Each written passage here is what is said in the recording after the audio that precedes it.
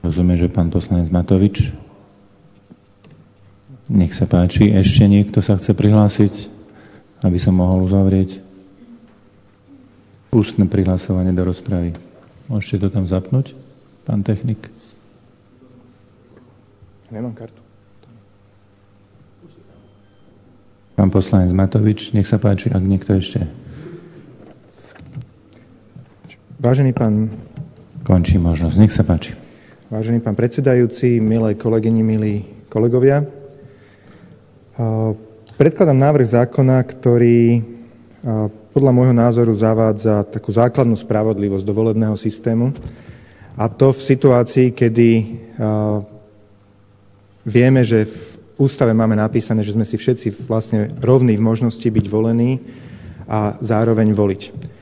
Bohužiaľ sa nazdávam, že možnosť voliť, áno, v tejto sme si všetci rovní a zatiaľ som neregistroval v žiadnych nejakých voľbách, že by niekomu bolo zamedzené, aby voliť mohol. Avšak v možnosti byť volený si myslím, že náš volebný systém nie je v súlade s ústavou.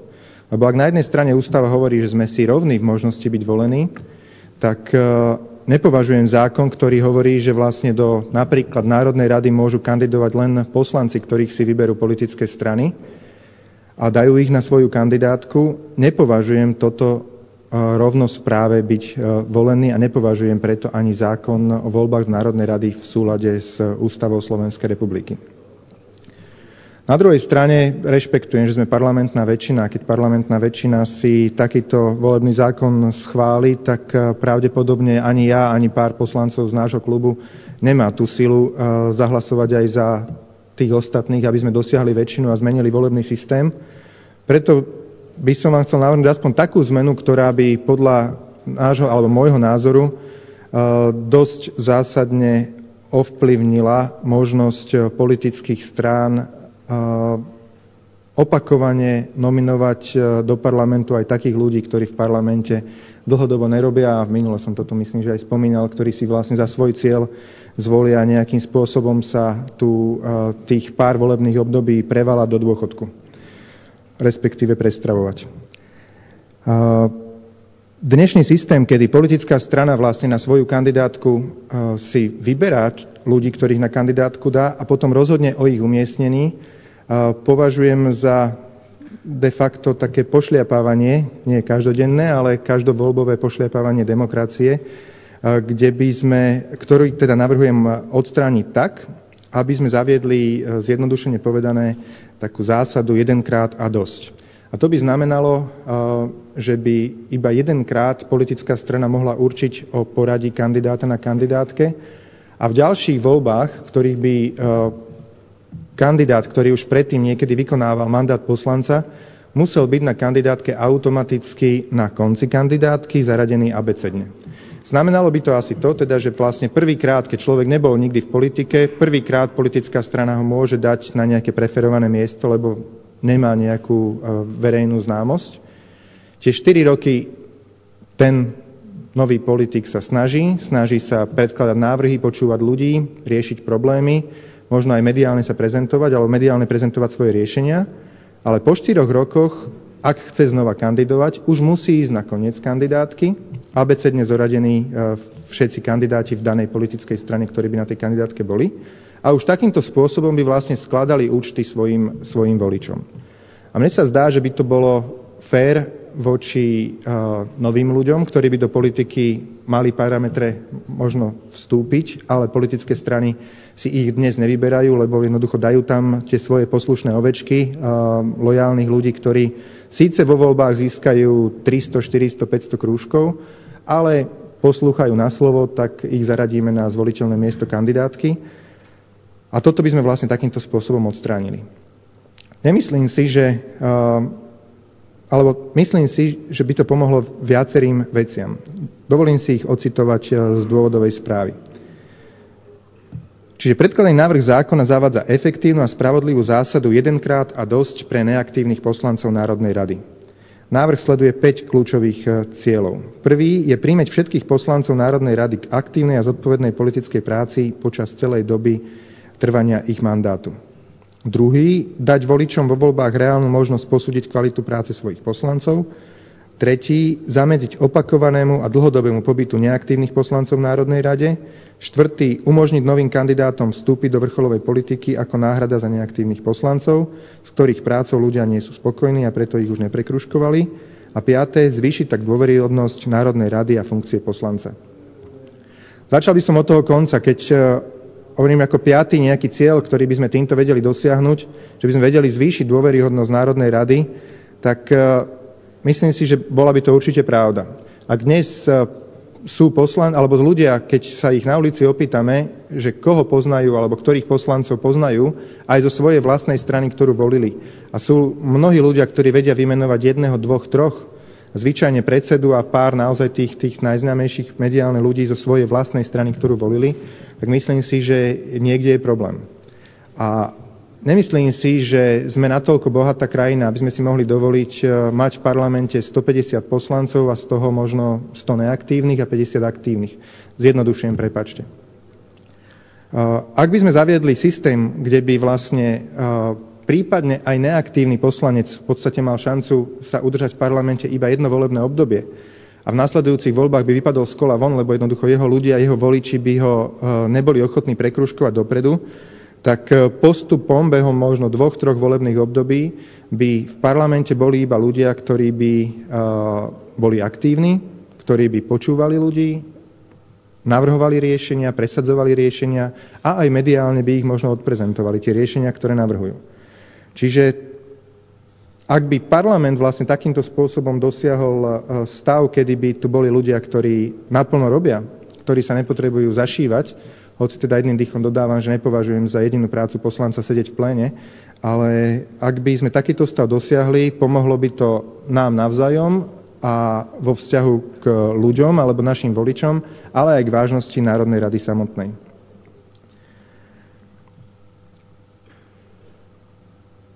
Dovolím si ešte teda ocitovať jednu časť, že po prijatí návrhu politické strany dostanú možnosť len jedenkrát umiestniť vybraného kandidáta na popredné zvoliteľné miesto kandidátky. V ďalších voľbách už takúto výhodu kandidát nebude môcť získať a poslanecký mandát získa len v tom prípade, že presvedčí dostatočný počet voličov o zmysluplnosti svojej práce a títo ho z konca kandidátky prekružkujú na zvoliteľné miesto. Tým som chcel teda upozorniť na tie ostatné ciele, ktoré s návrhom sledujem, je spopularizovať vlastne krúžkovanie pomedzi ľuďmi, lebo ľudia si bohužiaľ zvykli za 23 rokov, ktorými fungujeme, pri súčasnom nastavení systému volebného, hlavne do Národnej rady, že mnoho ľudí ani nepozerá, koho vlastne v skutočnosti krúžkuje. Dôverujú politickej strane, dôverujú výberu politickej strany a tak automaticky iba pekne zakrúžkujú prvých 2, 3, 4 na kandidátke, alebo jedného, alebo nikoho. A ja si myslím, že toto je práve zle, že keď my odosobňujeme ten vzťah voliča alebo ľudí k svojim politikom, ktorých volia, tak vlastne vytvárame takú umelú bariéru medzi samotnú politiku a ľuďmi, alebo teda voličmi danej politickej strany. Čiže práve to, čo my sme s Jozefom, s Erikou a Martinom pred 3 rokmi začali na kandidátke SAS, kedy sme boli vlastne na konci kandidátky a chceli sme síce v tom prípade ani nie, že skladať účty, ale vlastne zaujať z konca kandidátky. A v minulých voľbách, kedy sme sa vlastne my 4 postavili na koniec kandidátky a chceli sme vlastne takýmto spôsobom naplniť aj tento návrh, ktorý dnes predkladám, tak sme už skladali účty vlastne z našej práce za 2 roky a spoliehali sme sa na to, že ľudia posúdia. Ľudia slobodne posúdia, či sú spokojní alebo nie sú spokojní. A myslím si, že bolo by veľmi dobré, ak by v podstate všetci poslanci Národnej rady, ktorí chcú na budúce kandidovať, boli všetci na všetkých kandidátnych listinách zaradení na konci a všetci sme vlastne takýmto spôsobom ľuďom skladali účty. Samozrejme, pre tých z nás, ktorí vieme, že sme sa sem dostali s 300, 500, 1600 krúžkami a tie 4 roky nevyužijeme na to, aby sme reálne niečo pre ľudí urobili a neodprezentovali to, čo pre nich urobíme, tak asi by to bol taký Damoklov meč. Na druhej strane, ak by sme všetci vedeli, že toto nás na konci volebného obdobia čaká, že budeme musieť skladať účty, tak si myslím, že veľakrát by sme aj také zbytočné politikárčenie odložili bokom, veľakrát by sme sa snažili možno v salóniku vzadu alebo niekde inde baviť spoločne o veciach, čo ľudí trápia a hľadať nejaké riešenia, aby sme ich spoločne aj predkladali. A myslím si, že by to napomohlo možno aj takej opozično-koaličnej spolupráci poslancov Národnej rady, lebo nehnevajte sa, mne niekedy prípadá, že my sme tu iba taká handra, o ktorú si vláda ošúcha svoje nohy a my odhlasujeme to, čo treba odhlasovať. My sme zákonodárny zbor. Zákonodárny zbor, ktorý by mal v prvom rade prichádzať s tým, že bude riešiť problémy ľudí a bude navrhovať zákony. Nie byť iba slúžkou vlády a hlasovať poslušne jak pajáci za to, čo vláda nám sem predloží. Alebo minimálne nájsť rozumný kompromis medzi tým, čo predkladá vláda a medzi tým, čo vlastne vznikne na pôde Národnej rady. Čiže myslím, že aj teda tento návrh by pomohol aj práve tomu, aby aj poslanci si nezvykli na svoju rolu, ktorú si mnohí bohužiaľ z nás zvykajú, že sa od nich iba očakáva, že budú poslušne stláčať tie správne gombíčky a keď ich poslušne budú 4 roky stláčať, tak na budúce budú na tom správnom mieste kandidátky. Ja som pred rokom aj pol, necelým, ale bolo to vlastne asi 2 týždne predtým, jak Gorila bola zverejnená, tak som tu pred Vianocami 2011 s kolegami porozdával banány na poslaneckej lavice. Možno niektorí z vás si to pamätáte, ako ste ho dostali a niektorí ste ho aj koštovali. A boli malé. Ale tak niektorí, ktorí si vypýtali duplu, tak dali sme aj duplu, lebo mali sme zásobu. Ale vtedy to bolo, niektorí teda z tých ľudí, ktorí tu boli, tak si mysleli, že to bolo preto, lebo Vianoce. Že to majú vianočný darček a preto sme rozdali nejaký darček do každej lavice. Ale potom sme k tomu spravili taký malý briefing a ono to bol skôr taký akt zúfalstva, kde som vlastne takýmto spôsobom cítil potrebu vyjadriť názor, že predtým tesne nejakej, či deň alebo hodinu, už nepamätám presne, sme hlasovali o nejakej dôležitej veci, ktorá bola čisto apolitická, kde bez najmenších problémov si myslím, ak by sme hlasovali naozaj v súlade so svojím svedomím, tak by ten zákon získal možno viac jak 100 hlasov, možno viac. Napriek tomu čistá politika zahrala svoju rolu a to politikárčenie znova zabezpečilo, že dobrý zákon alebo dobrý návrh, ktorý sme niečo navrhovali, neprešiel a ja som preto potom aj tie banány inicioval, že som cítil také vyjadrenie, že keď sa niekto správa ako cvičená opica, tak potom nech papá stravu, ktorú papá cvičená opica. A ja naozaj nikoho to nechcem teraz obviňovať, že sa tak správa alebo nespráva, ale myslím si, že je nedôstojné. A tí ľudia to vidia, že keď niekedy aj je zlá vec a ľudia, ktorí majú možno aj v názve strany napísané niečo o sociálnom cítení, odrazu zahlasujú za nejaký antisociálny zákon a že sa voči tomu neozvú. A presne opačne, keď možno liberálny poslanec zrazu tu bojuje proti nejakej slobode v niečom.